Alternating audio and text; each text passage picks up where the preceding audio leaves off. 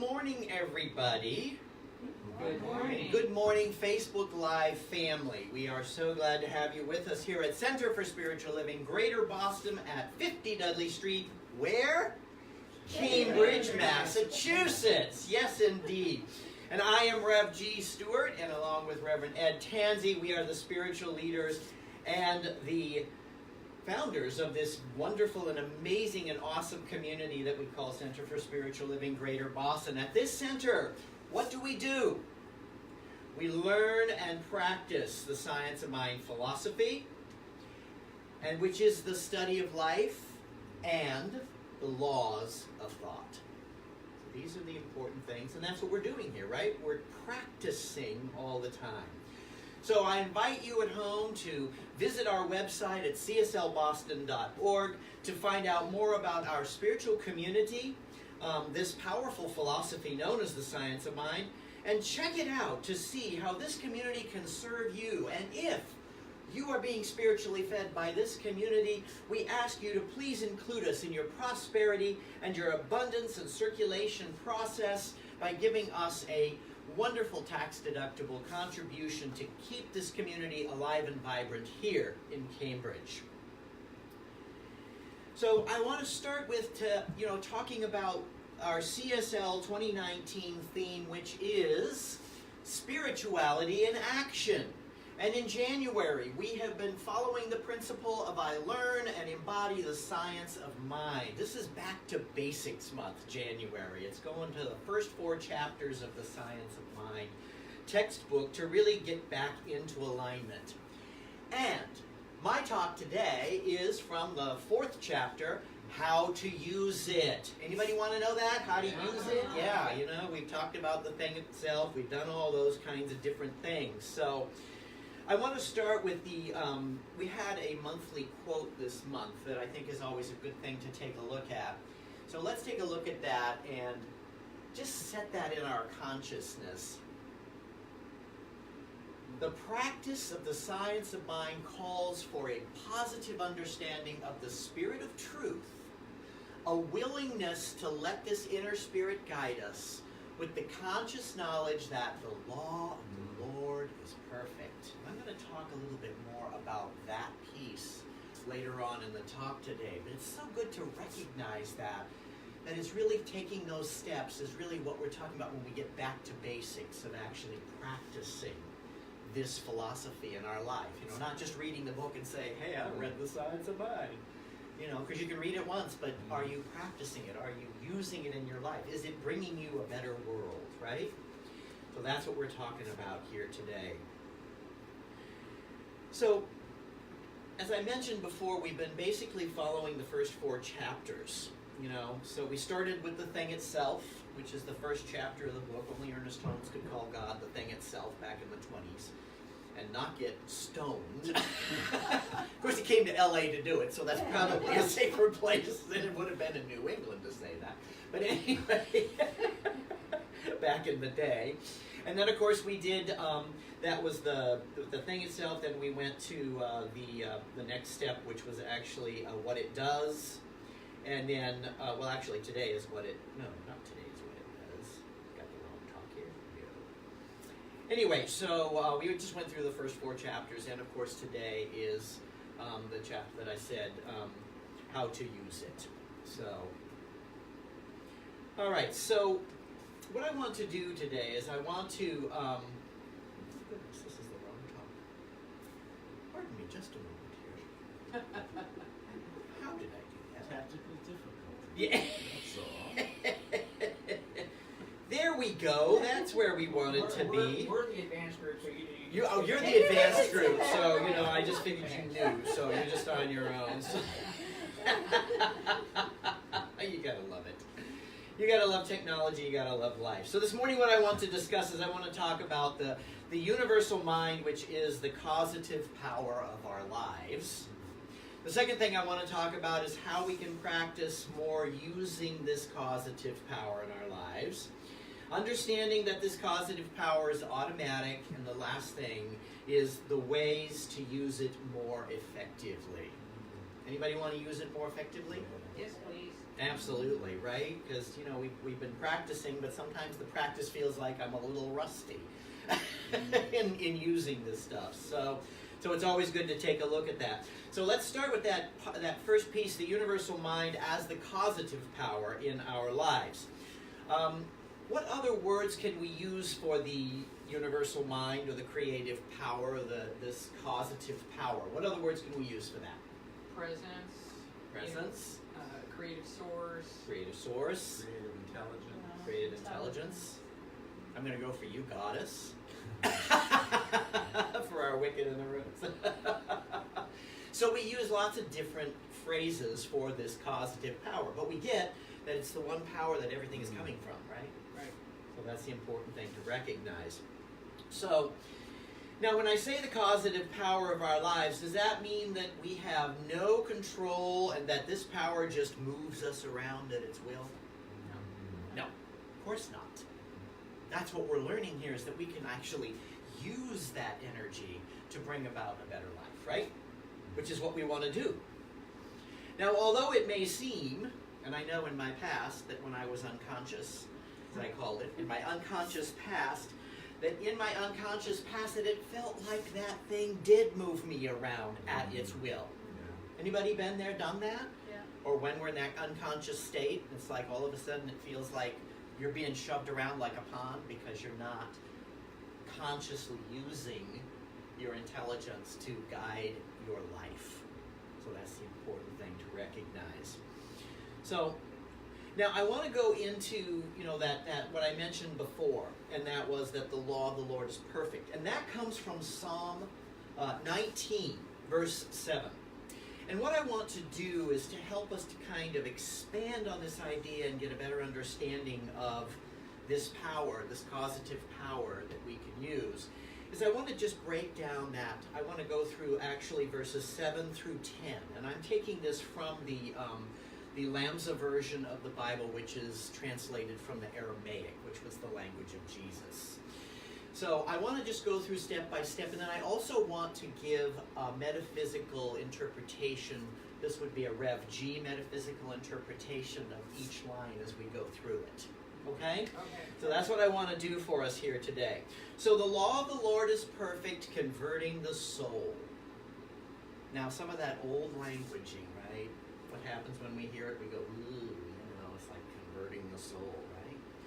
Well, let's look at it this way. So the causative power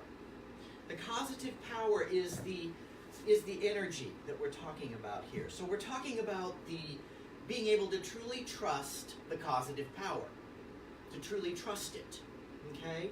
And in truly trusting it, it then takes and moves through the soul or the creative medium into the form of our life.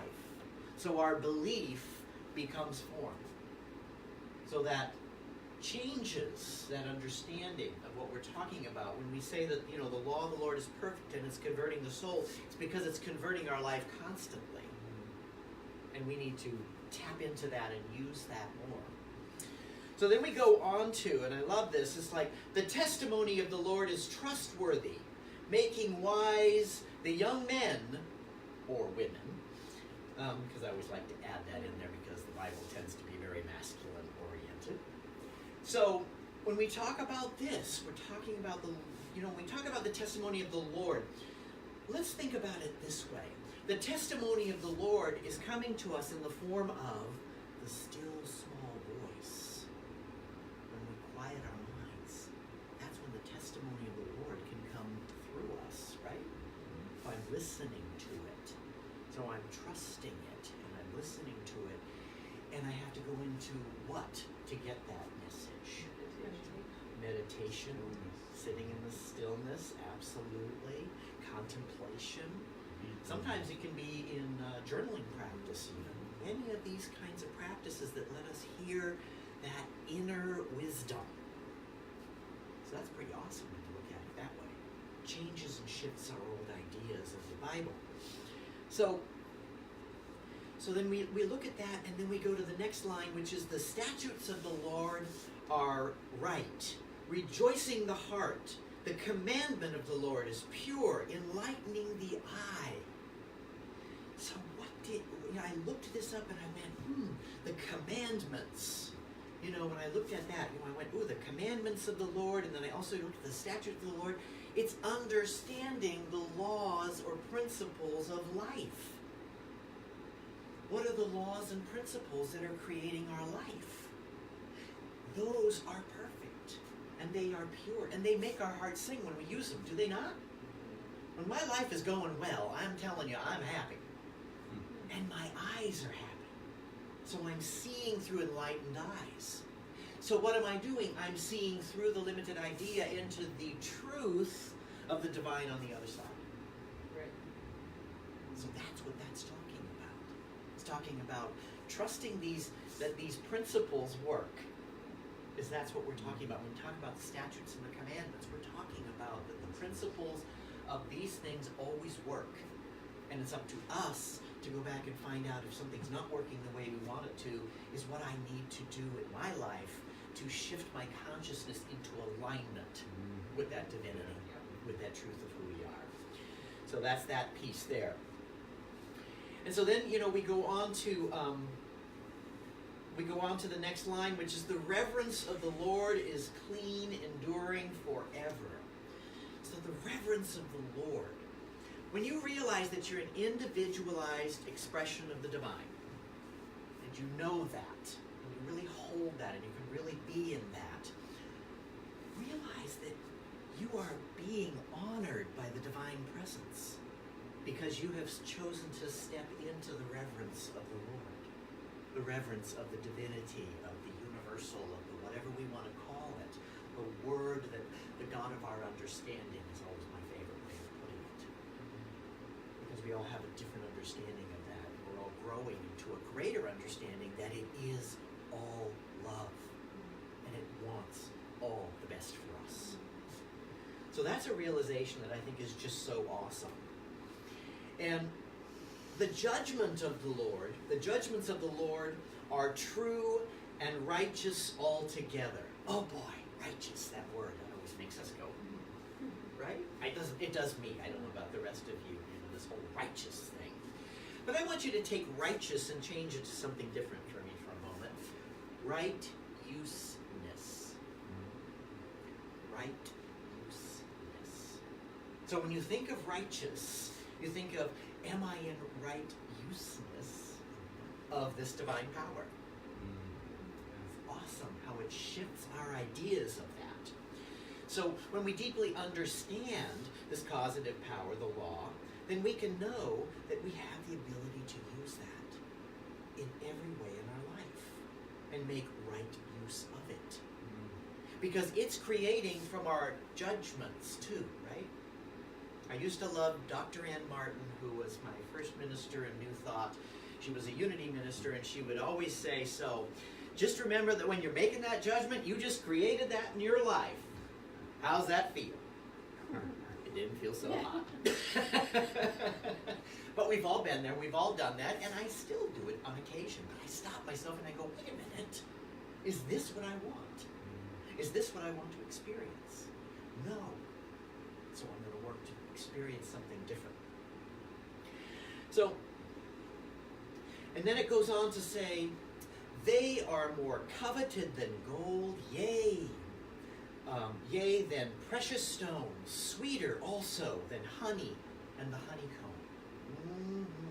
So when we're living in alignment, we really get to experience the gold of life, the beauty of life, the sweetness of life. So that's what they're talking about.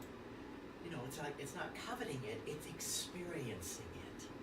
It's moving out of that limited idea. So this is really what we mean when we say to live in alignment with the divine presence, right? Or with the indwelling presence, as I love to say. So this is why Ernest Holmes says this. We should learn to control our thought processes and bring them into line with reality. Thought should tend more and more toward an affirmative attitude of mind that is positive, stable, and above all else, toward a real unity with Spirit that is already complete and perfect. God's got this. The God of your understanding has already got it. All you have to do is align yourself with it and be clear on what you want it to bring to you. So he's talking about it right here. To line with reality. Capital R reality. The divine reality. The truth of life. Of what we call life. So I just love that line because that little statement really clears it up. That we're just getting ourselves into alignment with the truth. So that is just, Ernest has such a beautiful way of saying things. So why do we really want to get in aligned with this truth? Why do you think we want to do that? To experience the magnificence of life. Yes, to experience the true magnificence of life. That is really what it is about. So, if we can indeed have a world that is more valuable than gold and more precious than that precious stone we spoke of, and is sweeter than the honeycomb, then we want to be in alignment with that, right? And we want to know that that is the truth that we can experience even when we are down in the weeds. That we can always choose when we're down in the weeds to say, I can get a weed whacker and I can clear this up and I can move into a greater good. Right? Just start that weed whacker and clear that out and you have a green area. It's amazing. And we can get ourselves out of the weeds. Because the weed thoughts are the things that mess us up all the time. So this sounds wonderful. And yet, Ernest Holmes cautions us. There's a caution he gives us, and the caution is this. One of the great difficulties in the new order of thought is that we are likely to indulge in too much theory and too little practice. And I've been there and done that. Yeah. We've all been there and done that. So it's about the practice. There's many times that I've run into people who say, oh, you're a religious science minister. Oh, I read The Science of Mind. I said, so how's your life? And then they go into their tale of woe. So I'm like going, okay, so you read the book. Do you use it? Do you regularly use it? So it's like that's the whole thing.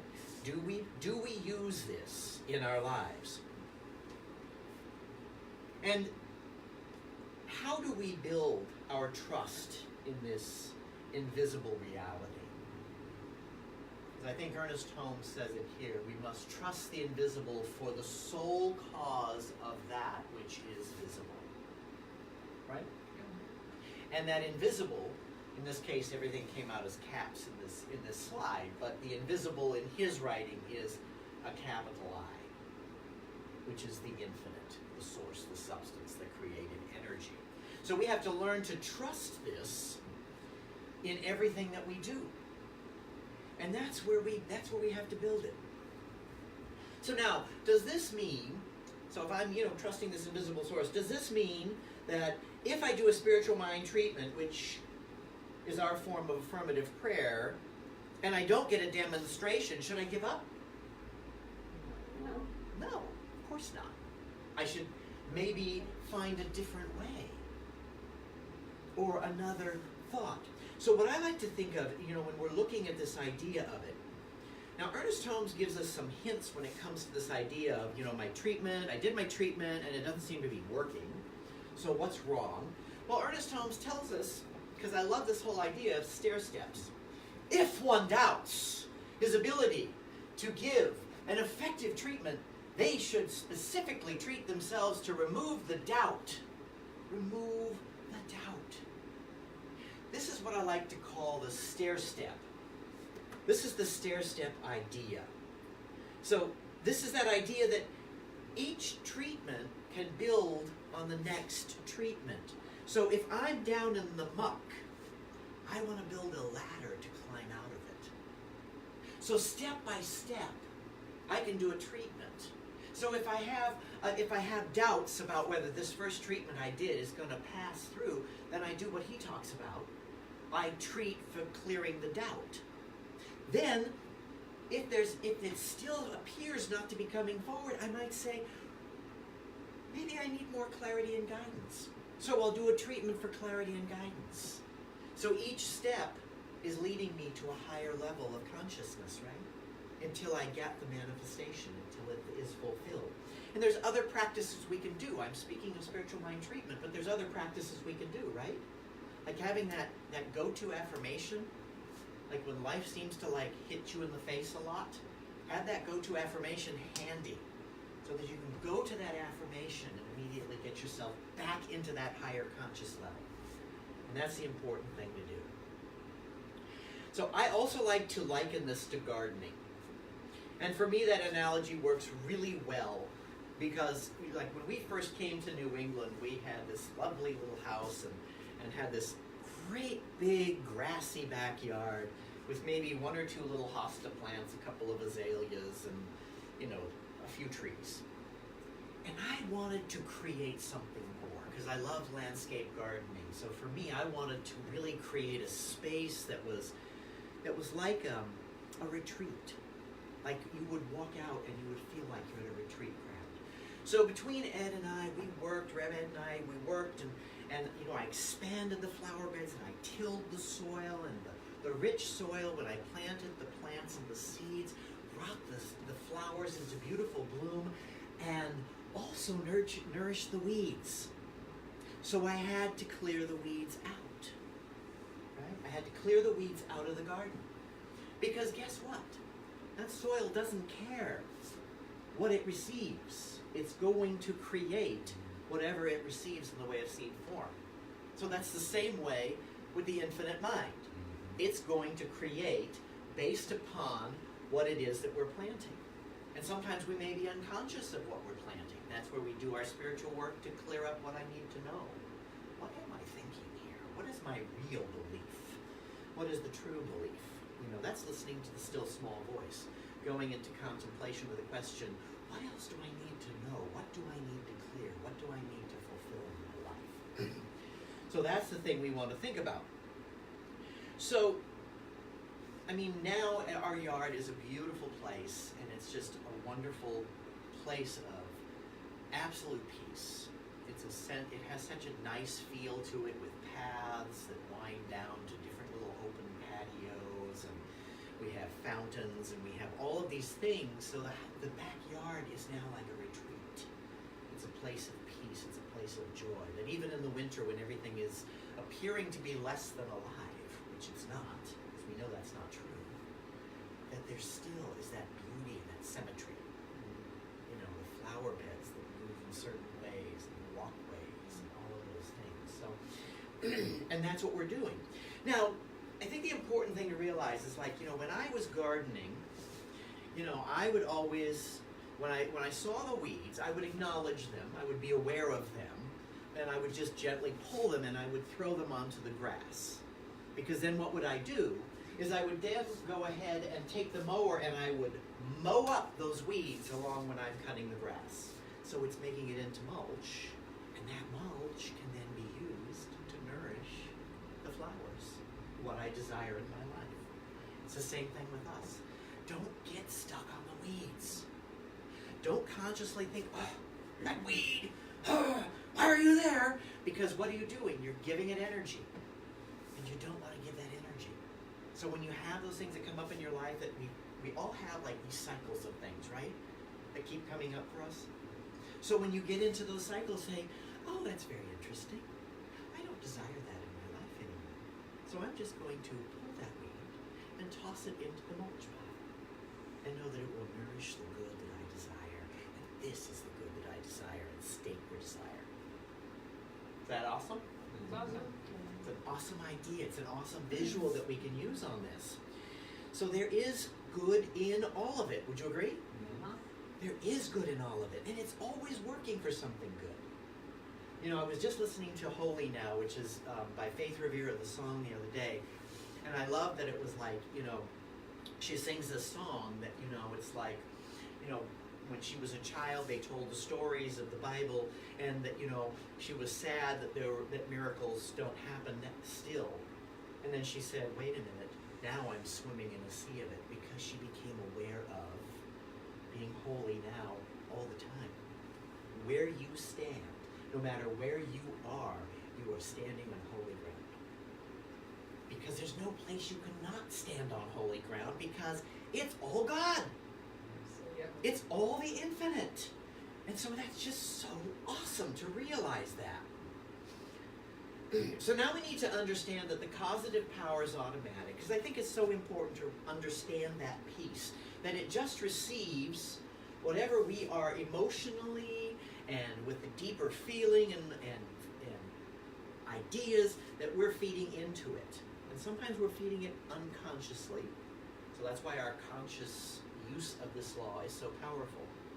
So what we need to do is we need to become aware of what we're planting in that soil, in that infinite mind. And then we can be sure that we receive the things that we desire to receive, right? If I can be conscious, and that's work, isn't it? It's not something that's just automatic. But what I have found in my own life is that as I continue to practice and practice and practice, which is spiritual practice, spiritual practice, spiritual practice. I don't know if it'll get you to Carnegie Hall, but it will definitely get you a better life. So it's about clearing up the negative ideas. And so Ernest Holmes says this in the glossary of the Science of Mind. Oops, sorry, I don't have that slide. I forgot.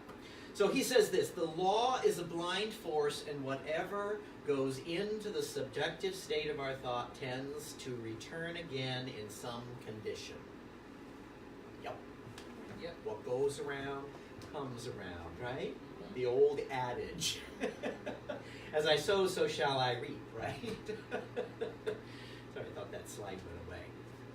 So now the last thing I want to talk about is to use it more effectively. To use this power more effectively in our life. So first we need to realize that we are already and always using the law or this causative power, right? We're always using it. Either consciously or unconsciously. And when it's unconscious, it's not always so pretty, right? I know my life isn't always pretty when I'm unconscious. So I work on my consciousness. And something that Rev Ed and I are doing, it was interesting that one of our mentors brought it to our attention, and we had always talked about it and never really done it, is that in the Science of Mind text, not in all of them, so if you don't have it, I can actually provide it for you, but Reverend Dr. Edward Viljoen of CSL Santa Rosa actually created a way to do daily readings and actually read the entire text. Mm-hmm. So each day you have a little section of reading that you do. Rev Ed and I have been doing that because that's what it is, right? It's practice, practice, practice. It's keeping those ideas in front of you.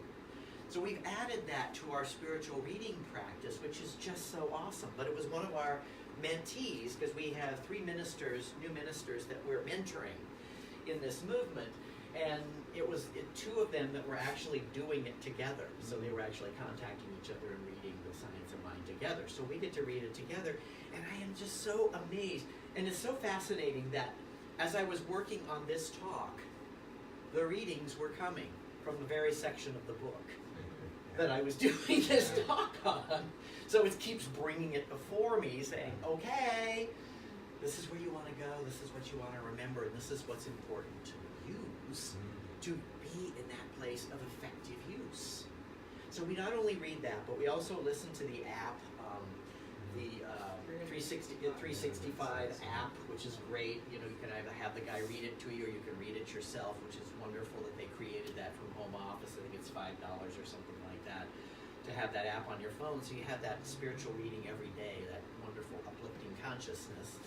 We also read from Richer Living, which is a daily reading by Ernest Holmes and Charles Barker. Absolutely. And also we read from the Daily Word, which is Unity, and then we also read the Creative Ideas. So we always do those practices in the morning so that we're really setting our intention for the day. Because if I'm setting my intention for the day, it's a hell of a lot easier to have a good day. Right? Yes. And whenever we don't do it, I've noticed that it's like a rabbit hole. It's like, and I'm like, wait a minute, what didn't I do this morning? So it's like realizing it's like we've got to keep the practice up until it becomes natural, until it becomes something that it's your automatic go-to. Oh, look at that. Doesn't look so great. Where's the miracle in that? Where can I find the miracle in that? Where can I find the good in that? That's my job in the world. And the world gives us lots of places where we can practice this, right? You know, I can always say that, like, the funniest thing that ever happened to me was that when I went into practitioner training, I also got a job at the Bank of America National Call Center. And I am telling you, I got to use every piece of my practice as a practitioner in that job. And I actually created things in that job that were way beyond. I won bicycles. There was like contests and things like that. And because I was in the right consciousness, that even in that which felt very disconnected from humanity, in a sense, because people can be very disconnected on the phone for some reason. If they don't see a face, there's something about that people can be very cruel when they don't see a face working on a telephone. So I was able to bring that face to them even though they couldn't see me. And they shifted because I did the conscious work. And that's our job. That's our job all the time if you want to have that amazing and awesome life.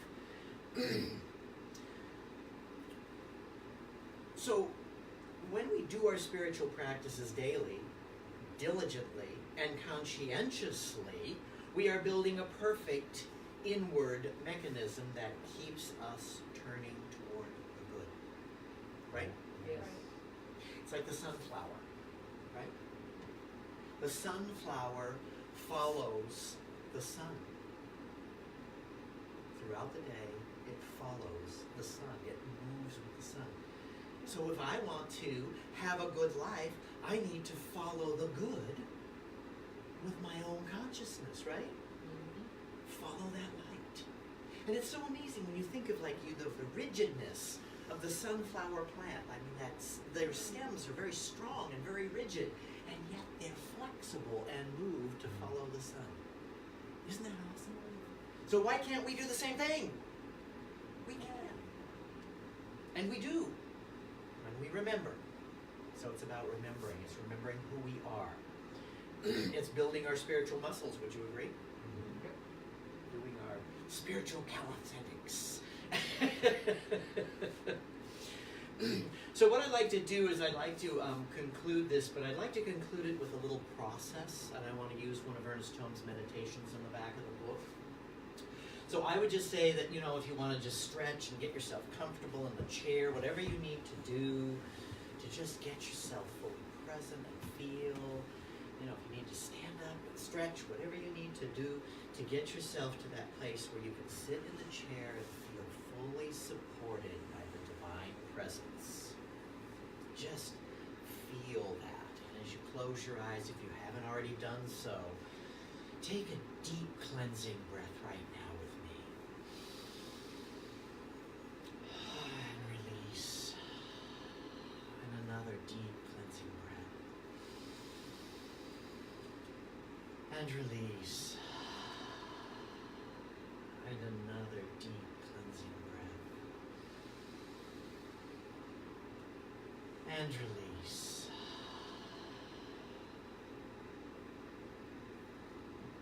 Now just open your mind to just receive.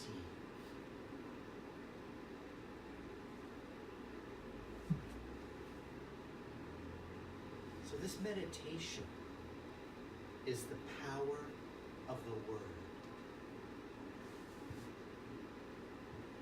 The Word is a mighty power.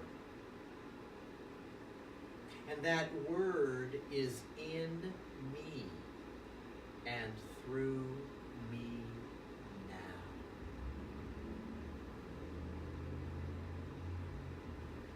My Word is one with the all good. and cannot fail to accomplish the desired ends.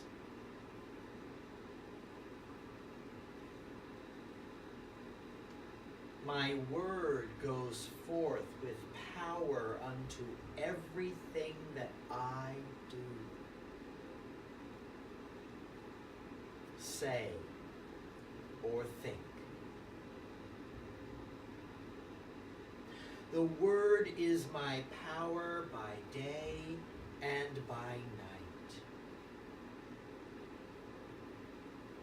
I will speak that word and trust in the great law of life to fulfill it.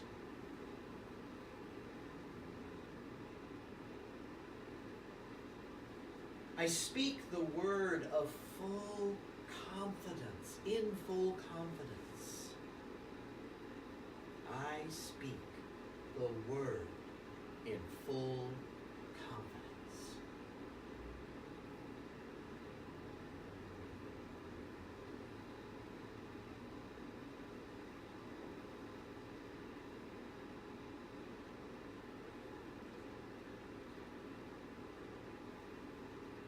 Now gently allow your consciousness to rise to the surface and take a deep breath and breathe out, and just allow yourself as you are ready to become fully present in the room.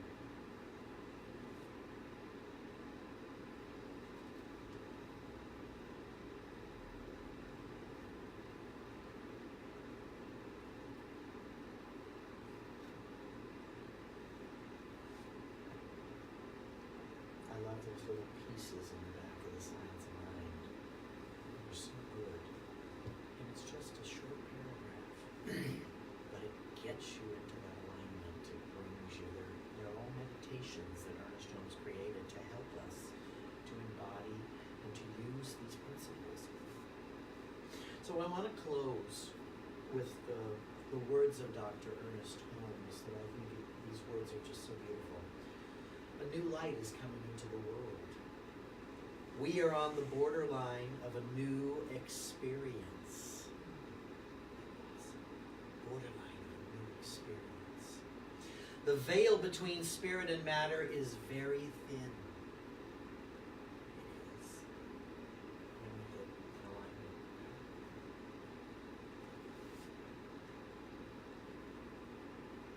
The invisible passes into visibility through our faith in it.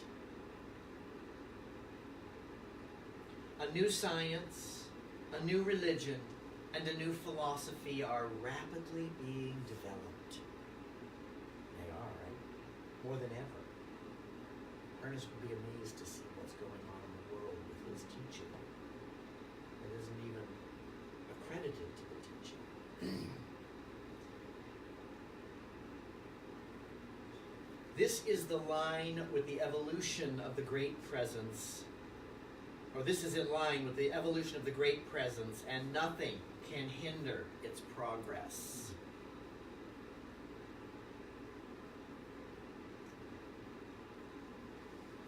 It is useless as well as foolish to make any attempt to cover this principle or to hold it as a vested right of any religion, sect, or order. The truth will out. The Spirit will make itself known. Happy are we if we see these things which, from the foundation of the human race, have been longed for by all aspiring souls. Ernest Holmes says it so beautifully. Namaste.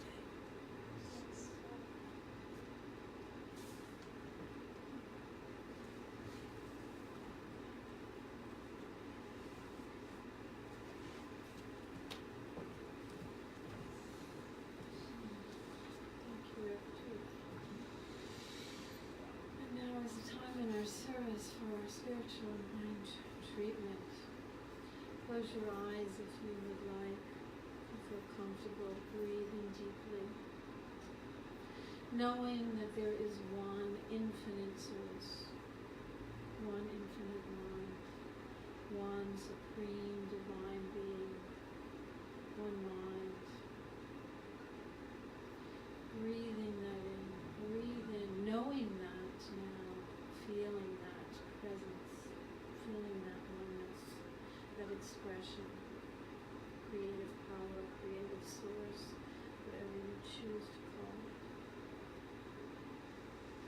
As I breathe that in, I know that I am one with this source, with this creative power, with this infinite.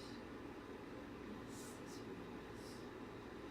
I am one, and as I know I am one, I know each and every one here is one. Is one with this light, this presence, breathing that in, it's here, all that I am. All that I am, all that I ever will be. It is essence, it is love, it is light, it is divine. I know that God is all of this, is in each and every one, is an individual expression of this light, expression of this love. Each and every individual expression, that light, that God life, that God life, love. I know that I am on the threshold of good. It is all good. That I choose, that in my consciousness that I choose to be guided by the love and light of the divine. That all fear, all limitation, all lack is washed away.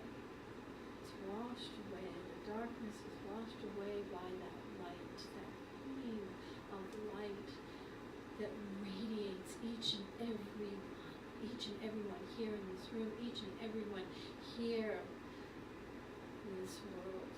It is that radiant light that shines through. It is the faith, that faith in knowing the law is working.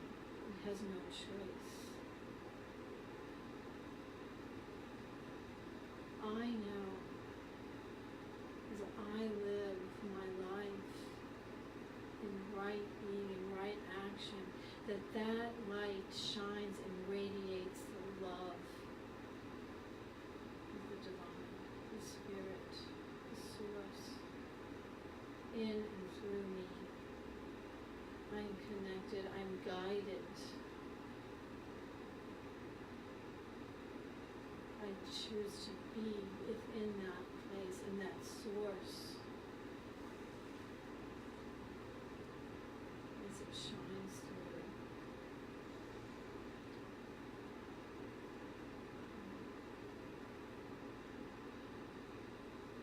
I fully accept right here and right now is good. I am in alignment with this truth. I am so grateful and so thankful for the breath, each day that allows an opportunity to feel this divine, to feel this happiness, this joy. I am life, love, joy, happiness. As each one expresses this in so many loving and so many individual and beautiful ways. It is always there. And I know as I send this word into the law, I know it is already done. It is the law. It is already done. My complete faith in knowing that this is true. This is the truth for me. This is the truth for all individual expressions of this work. It is forever done now. It is, I am all that there is. And all that will ever be. And I am so grateful in knowing and bringing this word to the world.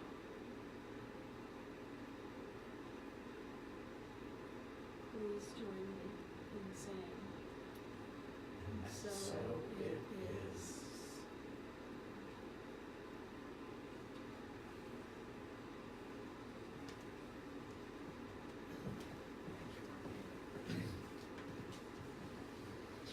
So let's join together in our affirmation, which comes to us from Dr. Jim Lockard, a retired minister in our movement.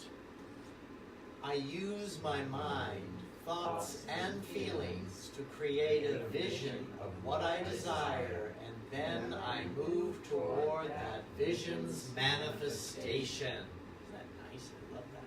Let's say that again. I use my mind, thoughts, and feelings to create a vision of what I desire, and then I move toward that vision's manifestation. Thank you. So it is.